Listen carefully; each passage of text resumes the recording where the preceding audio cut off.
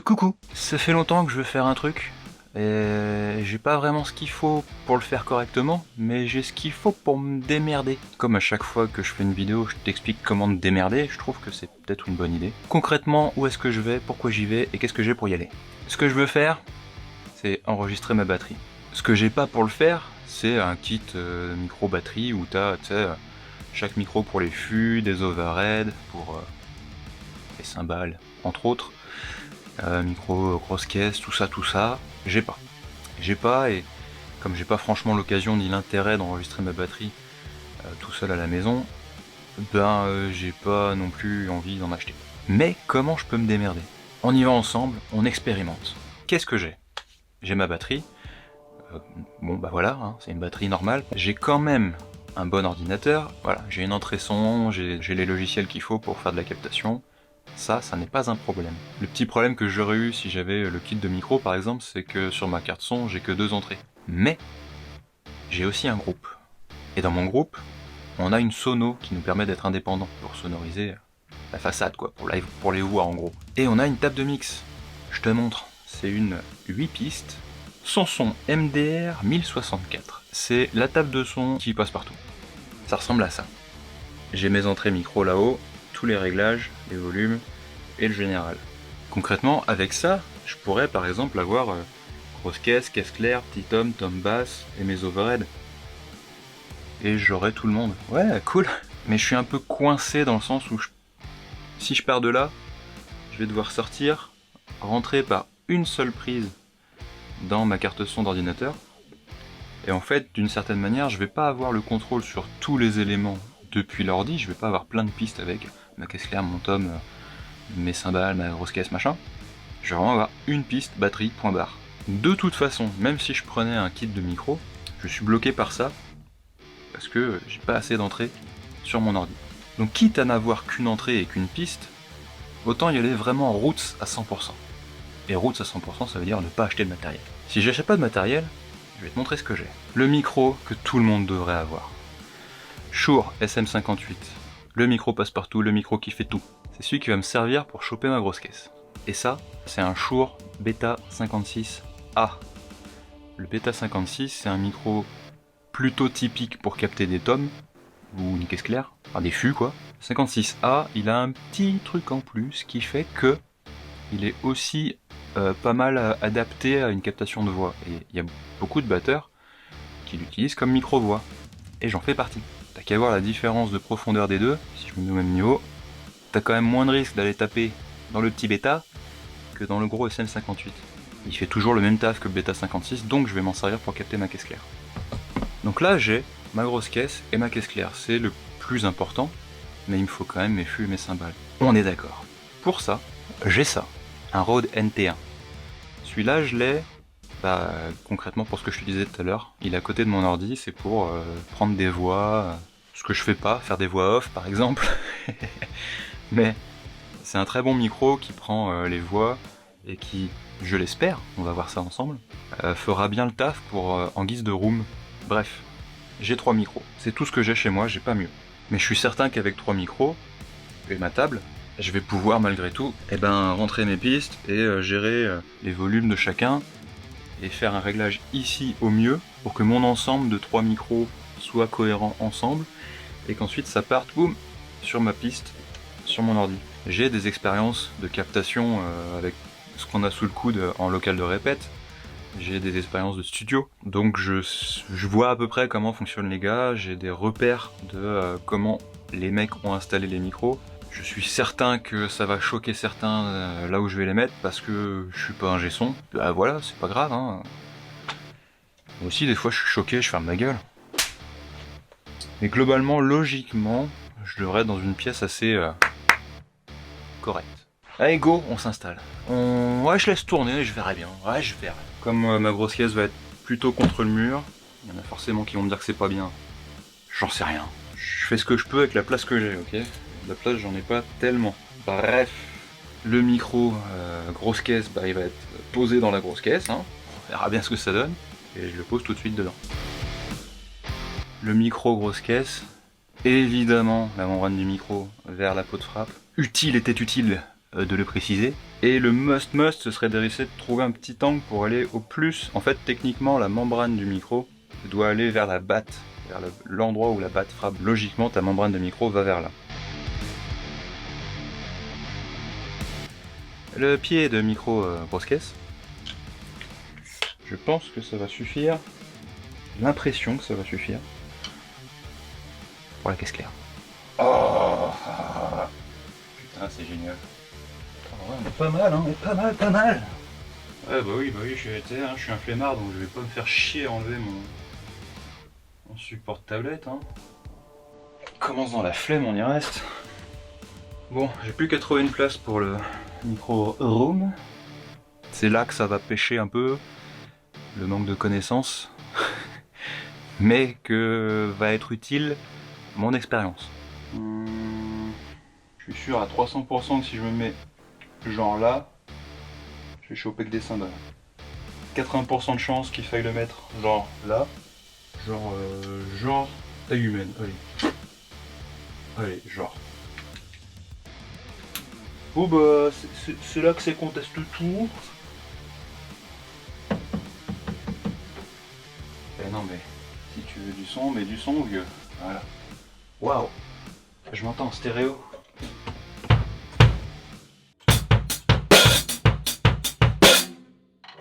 Premier essai pour l'instant au casque, j'ai simplement réglé mes volumes grosse caisse claire pour qu'au niveau des petites lumières de ta table, là pour l'instant je rentre tout juste dans le orange caisse claire grosse caisse et la room, quand je frappe mes tomes, je suis à peine dans le orange. Donc est-ce que l'ensemble va être cohérent à l'enregistrement?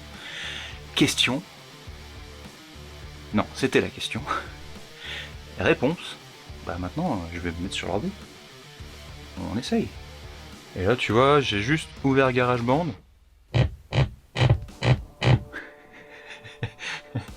Et ça sature direct. Putain, je suis vraiment serré de sa mère. Hein.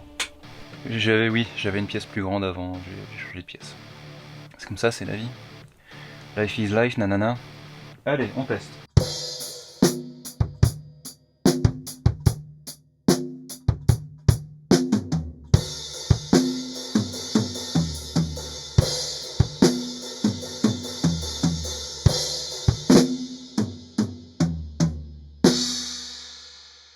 Comme tu peux le constater, pas de truc trop violent.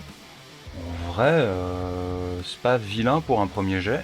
Donc c'est pas dégueulasse, mais c'est pas assez fort.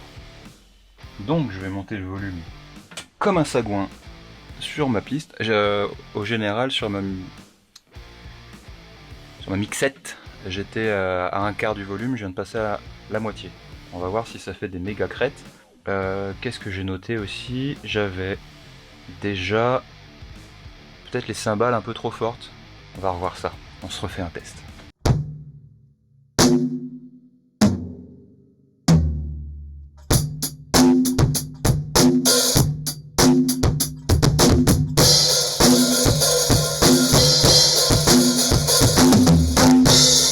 C'est trop fort. C'est trop fort. Alors, on revient à un tiers. Et là où j'ai merdé, c'est que tout à l'heure j'ai touché à l'entrée la carte son. Je m'en suis pas fait attention.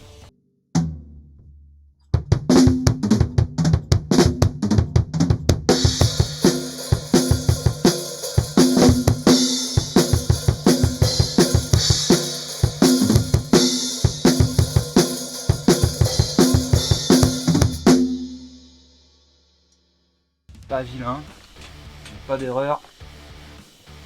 Non, je la ferai pas. Je ferai pas cette vanne de merde que d'aucuns diront vanne de boomer. Ok, ça croustille, mais on est pas mal. J'ai descendu un petit peu le volume, entrée carte son. J'ai baissé la grosse caisse. Voyons voir.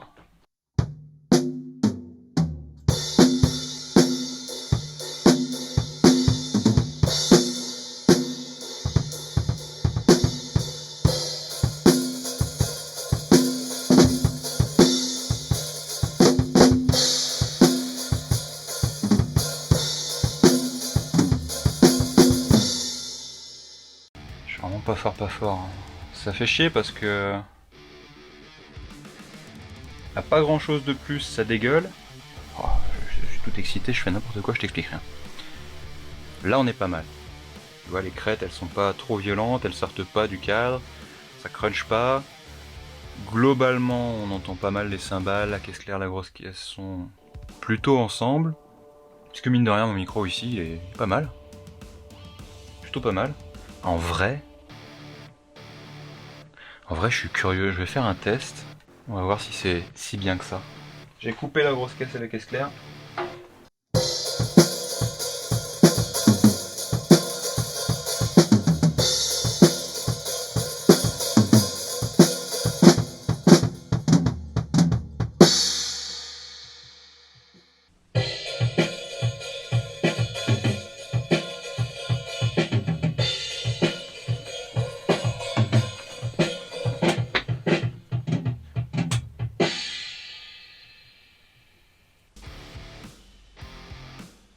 Oh, je suis choqué. Putain. Je suis choqué. Wouah. Faut que tu comprennes à quel point je suis sur le cul. En fait, le Rode, le NT1, il m'a été conseillé par 2 ingé-sons. Et c'est un micro vraiment qu'on m'a décrit comme polyvalent et pas très cher. Quelque part autour des 180 €. NT1A, il est à 170 €. Le NT1, il est à 250. Je me souviens pas avoir mis ce prix là, mais actuellement il est à 250. Donc on m'a dit t'inquiète pas, c'est un micro polyvalent, tu pourras faire des voix, tu pourras chanter dedans, tu peux même gueuler dedans si tu veux, tu pourras enregistrer des instrus, et effectivement, là c'est une carte son, un micro, je te montre GarageBand parce que tu l'as sur un Mac, tu peux même l'avoir sur un iPad.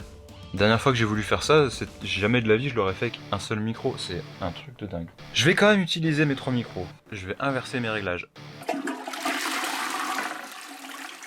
De base, j'avais le room pas trop fort et grosse caisse claire assez fort. Et tu vois bien que avec la caisse claire, grosse caisse plus fort. Niveau volume, c'est sympa. Niveau son, pas très propre. La caisse claire, elle est pas belle. Je vais quand même rehausser caisse claire, grosse caisse pour récupérer la profondeur dans ma grosse caisse. Donc je vais booster un peu les bas. La grosse caisse, je laisse que le grave. Je vire l'aigu. Parce que de toute façon elle est quand même prise aussi par le micro-room. C'est juste je vais essayer de récupérer du baba. On va faire un essai comme ça.